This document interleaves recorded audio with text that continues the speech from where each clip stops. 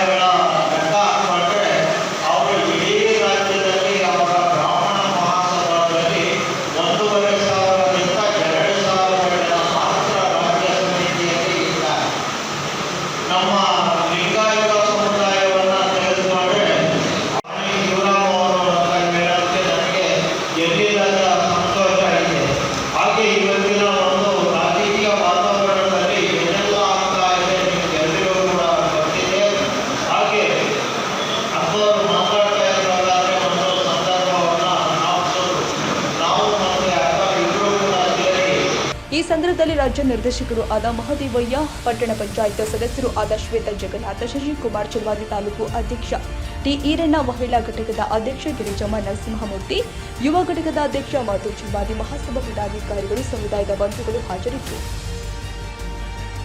ತಾಜಾ ಸುದ್ದಿಗಾಗಿ MTV news 24x7ಗೆ subscribe ಮಾಡಿ ಮತ್ತು ಬೆಲ್ ಐಕಾನ್ ಅನ್ನು ಒತ್ತಿ. ತಪ್ಪದೇ ಲಿಂಕ್ ಶೇರ್ ಮಾಡಿ.